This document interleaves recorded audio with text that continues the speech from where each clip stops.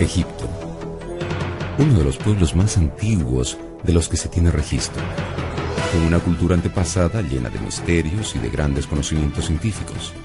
Esta sociedad ha dejado importantes huellas a lo largo de su historia. ¿Cuáles fueron las principales ciencias desarrolladas por los egipcios? ¿Y qué importancia este conocimiento tuvo para el auge del imperio? En búsqueda de respuestas, aquí comienza Evidencias.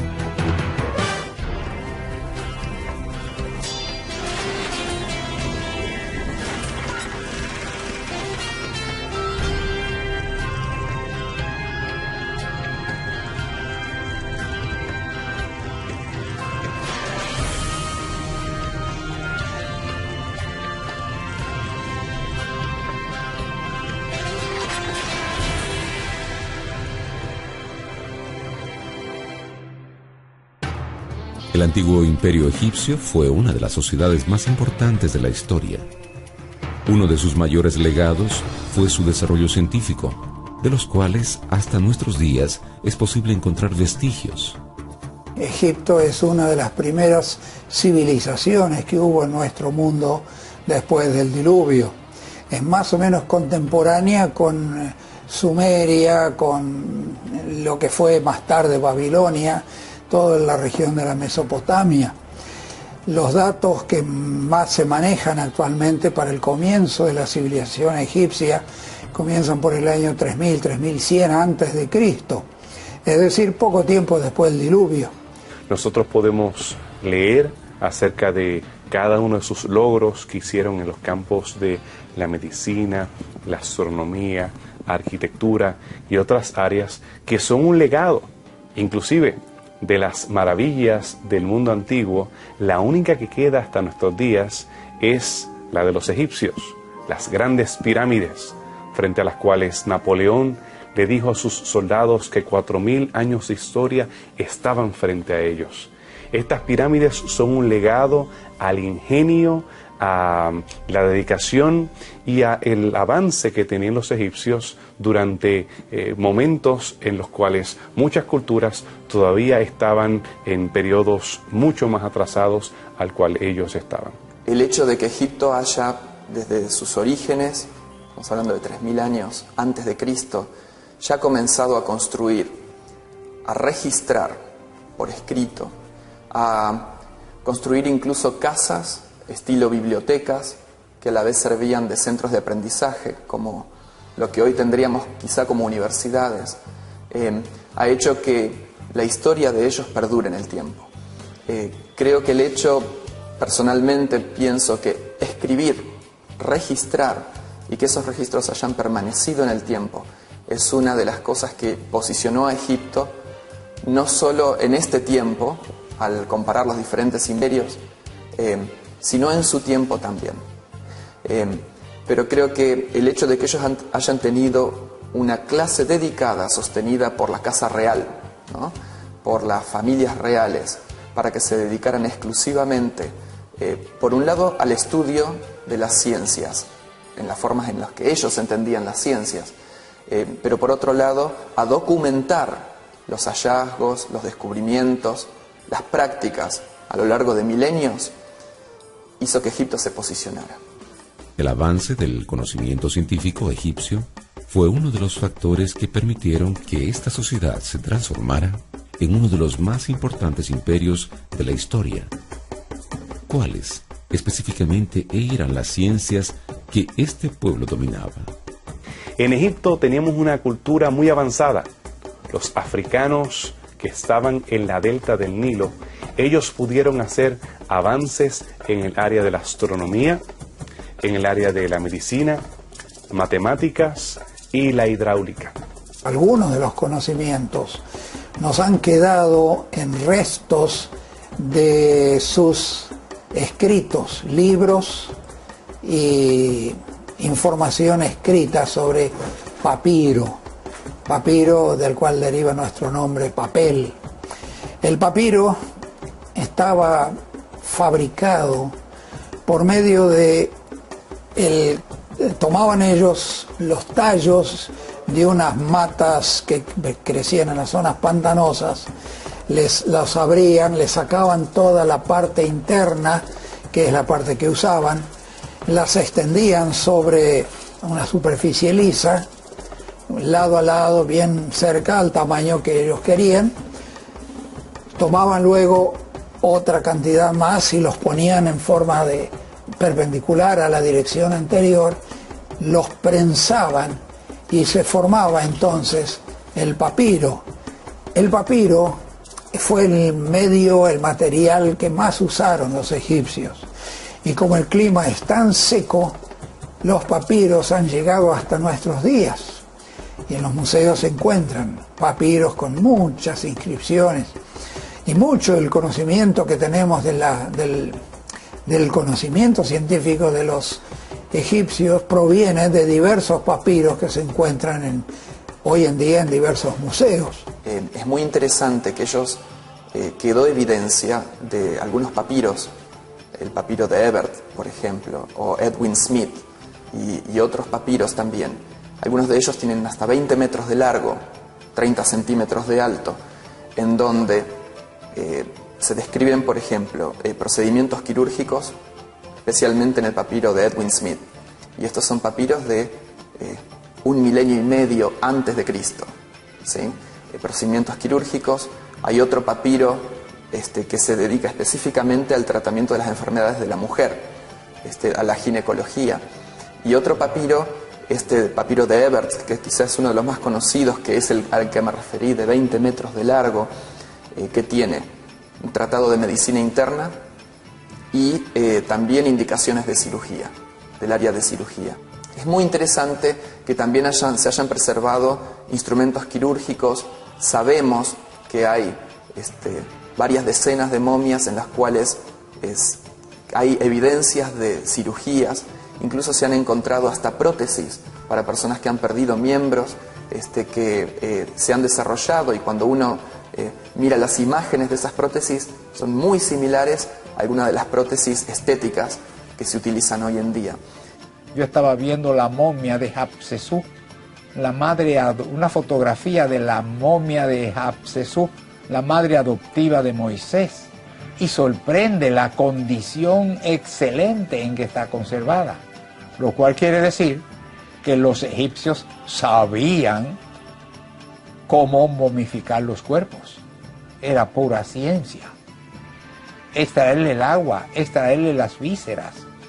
Todo esto daba a los egipcios una amplitud de conocimiento increíble sobre otros pueblos. Mientras las otras sociedades agrarias vivían en villas en las cuales cada hombre de familia tiene que preocuparse por tener su cabra, por ir a cazar, por ir a recoger trigo o algo por el estilo, las sociedades especializadas le daban la oportunidad a ciertos grupos de élite dedicarse a otras avances y a otras labores que eran diferentes a la de supervivencia.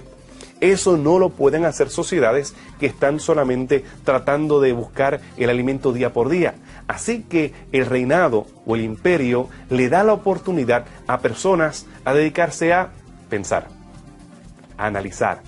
Y entonces ellos, observando en la noche, ya que no tenían que levantarse en la mañana para ordeñar la vaca, ni tener que ir al campo, ellos podían estar la noche mirando las estrellas. Los conocimientos de astronomía que podían ayudarlos a saber cuándo iba a levantarse la luna, cuándo descender, cuándo el Nilo venía, cuándo inundaba la tierra, cuándo descendía. Ellos entonces podían dedicar tiempo, en vez de simplemente enterrar a sus familiares muertos y ya, se acabó. Ellos entonces podían desarrollar toda una teología en la cual había que sacar los órganos de los individuos y ponerlos en jarras canópicas. Dentro de jarras como estas, ellos ponían órganos, eran más grandes. En una de ellas tenían para el hígado y demás, tenían otra para los intestinos, tenían otra para los pulmones. Ellos ponían en diferentes jarras canópicas diferentes partes de la persona. Dentro de ese proceso ellos iban descubriendo de anatomía, haciendo observaciones y anotaciones. Ellos botaban lo que no servía. Cuando ellos metían ese gancho que iba sacando estos diferentes órganos, ellos metían el gancho hacia arriba, hacia la cabeza, ellos solamente veían materia gris saliendo. Creían que eso era relleno y lo botaban. El cerebro no era significativo en los estudios de los egipcios. Todos los conocimientos y pensamientos y sentimientos estaban en el corazón. Es decir, los egipcios en su tiempo era la nación más avanzada del mundo. Tenían unos conocimientos extraordinarios. Por ejemplo, usted va a encontrar que venía el río, inundaba todo el valle del Nilo en ambas márgenes, se borraban los límites entre una propiedad y otra porque todo quedaba bajo el agua. Cuando el agua se retiraba, que cesaba la creciente del Nilo, había que medir la tierra para darle a cada uno lo que le correspondía. De modo que fueron obligados a estudiar la geometría para poder definir la forma, el tamaño, las distancias de los diferentes predios que formaban la configuración agrícola de Egipto. Pero no se conformaron solo con eso, porque tenían que medir también la producción. Ellos sabían calcular el volumen de un cilindro, por ejemplo. Tomaban la base, la circunferencia de base y multiplicaban por la altura y tenían el volumen del cilindro. Sabían manejar y medir triángulos, rectángulos, trapecios, pirámides truncadas, en fin, tenían bastante conocimiento de geometría. De las maravillas del mundo antiguo, la única que existe todavía son las pirámides de Egipto. Y esas pirámides estaban hechas de una manera extraordinaria, teniendo en cuenta las estaciones del año.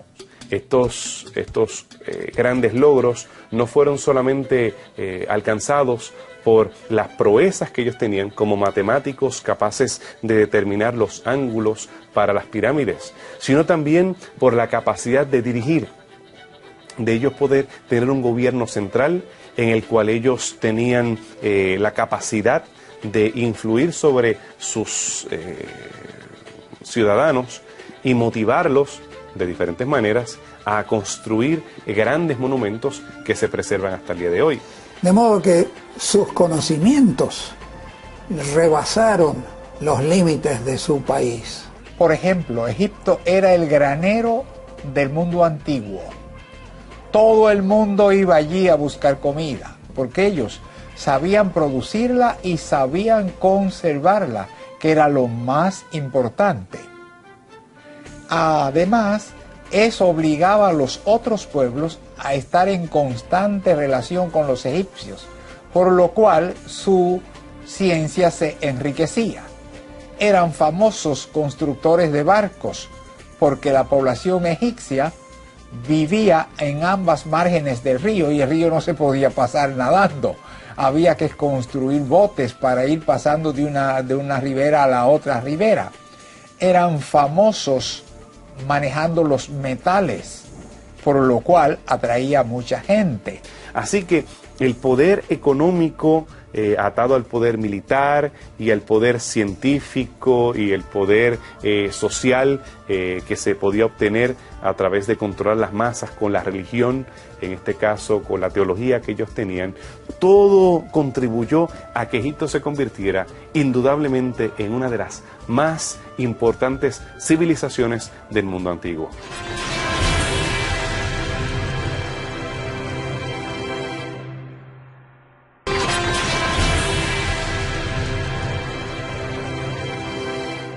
El conocimiento científico que el antiguo imperio egipcio dominaba nos sorprende hasta los días de hoy. El contraste con las otras sociedades de su época es abismal. Por otro lado, la ciencia egipcia también estaba bien arraigada a su cultura religiosa, estableciendo una sincronía entre la ciencia, religión y magia. Es imposible separar los conocimientos científicos la magia y la religión en la cultura egipcia. Todos estaban engranados. Así que cuando ellos pensaban en sanar a alguien y estaban utilizando remedios médicos, ellos estaban al mismo tiempo haciendo referencia a amuletos y a conceptos que tienen que ver con religiones animistas. En el caso de la medicina, en el caso de las ciencias, muchas veces los médicos eran los sacerdotes. El hecho de que los escribas que documentaban los conocimientos que se fueron acumulando a lo largo de la historia fueran sacerdotes dedicados a las ciencias, sacerdotes dedicados a escribir, quizá personas que se dedicaban exclusivamente a escribir o al área de la salud, pero siempre había una relación. Desde el punto de vista religioso, venía la idea de que había que comparecer ante un tribunal después de la muerte. Por eso, al momificar los cuerpos, le dejaban la boca abierta, para que al llegar al otro mundo allá, pudiera hablar y pudiera defenderse en el tribunal de Osiris. Por eso, había que guardar el cuerpo en buenas condiciones para cuando el alma vuelva, encuentre el cuerpo donde entrar. Es decir, los egipcios creían en un juicio venidero y en una resurrección, una vida posterior, porque cuando uno moría, el alma se iba, el cuerpo se quedaba. Y un día el alma, a quien ellos llamaban el Ka, debía volver. Por eso había que conservar el cuerpo en buenas condiciones para cuando el Ka venga. Así pues, por ejemplo, en la tumba de Tutankamón encontramos que todas las cosas que él tenía en esta vida se la pusieron allí, para cuando llegara ya la otra vida, la pudiera usar, su carroza de oro y todas esas cosas. Y entonces, mientras ellos estaban en este proceso de hacer un rito que era puramente religioso, ellos también estaban avanzando en su conocimiento científico. Así que los vemos ligados unos con los otros. Incluso la magia, que en el antiguo Egipto no era como la interpretamos hoy en día. La palabra magia, que se usa en el original, denota otra connotación, quizá algo más cotidiano, procedimientos que producen un efecto, que no necesariamente no puedan ser explicados por un fenómeno sobrenatural. Lo que hacía un sacerdote en el templo era magia. Era algo que a lo largo de la historia del antiguo Egipto, a medida que se fue avanzando en los milenios, llegó incluso a ser práctica de la gente común. Diferentes procedimientos que ellos hacían para obtener suerte o para evitar algún tipo de daño, algún aspecto negativo, algo que pudiera afectar a la familia, pequeños papiros con inscripciones, con algún tipo de hechizo, si le podríamos llamar así hoy en día, frases que de alguna forma garantizaran protección para la familia o éxito en los negocios. En la religión era lo que realmente era el tronco para entender sus conocimientos de anatomía, los conocimientos de irrigación o relación con la luna y con el crecimiento del Nilo. En la medicina, los remedios caseros, todos estaban basados o fundados en la religión. Así que ellos no conocían el método científico como nosotros lo conocemos, ni analizaban de una manera objetiva como nosotros tratamos de analizar, sino que la ciencia que fue, como les mencioné, grandemente desarrollada en esos aspectos de medicina, de agricultura, de astronomía, estaban todos enarbolados al tema de la religión y la teología. Al estudiar la cultura egipcia, es posible notar que la visión sobre la muerte desarrollaba un papel determinante en la cultura egipcia. ¿Cuál era la real perspectiva que ellos tenían sobre la muerte? Y cómo toda su fe y su ciencia se relacionaba con este aspecto. En la cultura egipcia, la vida estaba condicionada por la perspectiva de la muerte. Ellos lo percibían como una naturaleza espiritual que de alguna forma se separaba del cuerpo cuando la persona fallecía, incluso hasta registros que hablan de dos naturalezas espirituales. Una naturaleza espiritual que sube y otra naturaleza, quizá la que preservaba las características espirituales propias de la persona, no la fuerza de vida, que era lo otro que ellos consideraban que subía, que permanecía en la persona y que en algunos momentos salía para encontrarse con esta fuerza de vida y luego retornar a la persona. Ellos creían, por ejemplo, que los faraones, al morir, iban hacia el cielo para unirse con los dioses y ser un dios. Para eso ellos conservaban el cadáver, lo embalsamaban o lo momificaban, que era más o menos lo mismo, ¿no? Y entonces la idea era que el faraón y luego también otras personas tenían que presentarse ante el juez Osiris y su corte. Entonces, al enfrentarse con Osiris, según el libro de los muertos, que era el libro que ellos tenían que pasar por un examen. Y ese examen era muy riguroso. Si pasaban el examen, se podían reunir con los dioses. Si no pasaban el examen, condenación perpetua, tormento eterno. Esa era más o menos la idea. Entonces ellos tenían que conservar los cuerpos. Ellos entraban en toda esta ceremonia de la momificación para tratar de alguna manera garantizar la preservación de la felicidad en la otra vida. Se pesaba el corazón de las personas con una pluma al contraste frente a los dioses. Teníamos a Isis, teníamos a Osiris y tenemos a una gran bestia con boca de cocodrilo esperando devorar a aquellas personas que no eran encontradas aptas. Así que el muerto quería garantizar de que él era bueno, que él había hecho actos de bondad, que él había ganado su derecho para pasar a través de este río de la vida y poder gozar del paraíso y la eternidad. Tenemos que ellos tenían amuletos para asegurarse de que ellos iban a poder garantizarse una vida próspera o una vida en la otra vida después de la muerte. Ellos tenían escarabajos, el escarabajo era muy común entre esos amuletos. Los escarabajos, ellos hacían una bolita, formaban con el excremento algo que parecía el sol. El sol era un símbolo de la eternidad que moría y revivía. Así que un pequeño insecto que le daba vueltas a excremento era la base de la teología de ellos en cuanto a la muerte o la eternidad. Es decir, mientras vivían, ellos estaban dominados por la perspectiva de que un día tengo que comparecer al tribunal de Osiris.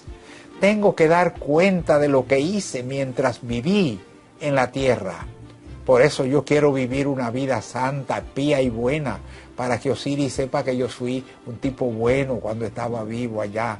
Y si uno no tenía pan, yo le daba de lo que tenía. Oh, la vida de ellos estaba dominada por ese concepto de que hay un juicio venidero y yo tengo que salir bien en ese juicio. La perspectiva que los egipcios tenían sobre la muerte ha influenciado en la sociedad hasta los días de hoy. Por otro lado, la cultura hebrea y las sagradas escrituras, que también ejercen una gran influencia en la actualidad, contradicen en muchos aspectos los credos egipcios sobre la muerte. ¿Qué postura presenta la Biblia sobre este tema? ¿Y cómo esto es determinante para la vida religiosa actual? La Biblia tiene un panorama muy claro con respecto al qué pasa cuando el hombre muere. Los egipcios decían que cuando el hombre muere, no muere. La civilización occidental actual también dice que cuando el hombre muere, no muere, sino sigue viviendo. ¿Será que tenemos en la civilización occidental elementos del antiguo Egipto todavía a través de los griegos que nos llegó hasta nosotros hoy? Probablemente sí. el entendimiento del Egipto antiguo era que la persona al fallecer, al morir, su espíritu seguía viviendo. La Biblia tiene un concepto diferente. La Biblia, en diferentes pasajes de la Biblia, queda explícito que cuando una persona muere, la muerte es como un sueño. Y que en su momento, cuando Dios venga a buscarnos, Él devolverá la vida para tomar a esa persona en el lugar donde quedó. Me tienta leer la declaración aquí en 1 Corintios 15. Dice: en un momento, en un abrir y cerrar de ojos, a la final trompeta, porque se tocará la trompeta, y los muertos serán resucitados incorruptibles y nosotros seremos transformados. Porque es necesario que esto corruptible se vista de incorrupción, esto mortal se vista de inmortalidad. Y cuando esto corruptible se haya vestido de incorrupción y esto mortal se haya vestido de inmortalidad, entonces se cumplirá la palabra que está escrita: sorbida es la muerte en victoria. Pero dice que eso sucederá cuando Jesús venga, no ahora. Entonces, la Biblia contradice totalmente la declaración de ellos. Los egipcios para ellos no había resurrección, era simplemente la continuación de la vida en el mundo subterráneo. La Biblia no contiene esos tantos elementos de magia. Lo que podría ser más que estar en ambos sistemas es el juicio. El juicio, los egipcios, el juicio del Ka, donde se pesaba su corazón con la pluma. El corazón para ellos también representaba la mente y los actos de la persona que vivía. De modo que hay una escena de juicio para todos los muertos en la cultura egipcia. Nosotros también creemos, según la Biblia, que hay un juicio que se hará sobre todo ser humano que ha vivido sobre la tierra. En ese sentido hay una similitud. El egipcio se esforzaba mientras vivía en hacer las cosas bien, salvarse por sus obras, por lo bueno que yo soy, y eso es lo que dice el libro de los muertos, todo el bien que yo hice. Para los que creen en la Biblia lo ve de otra manera. El creyente en la Biblia no piensa en lo bueno que yo soy, piensa en lo bueno que fue el que pagó lo que yo tenía que pagar y el que me transformó de bueno en malo, no por lo que yo hice, sino por el amor que tuvo. Esa es la gran dicotomía entre los dos. Mientras el egipcio trata de salvarse por sus obras, los creyentes en la Biblia tratan de salvarse por medio de la obra de Cristo y no por las obras mías. La gran esperanza que la Biblia nos da es que cuando morimos pasamos a un estado de sueño hasta la resurrección. Y si durante nuestra vida nosotros aceptamos a Jesús como nuestro Salvador, a Dios como el guía de nuestra vida, seremos resucitados para vivir eternamente en esta tierra renovada, no en un mundo subterráneo, sino en la tierra renovada a su valor, a su forma original que Dios tenía pensado para el mundo.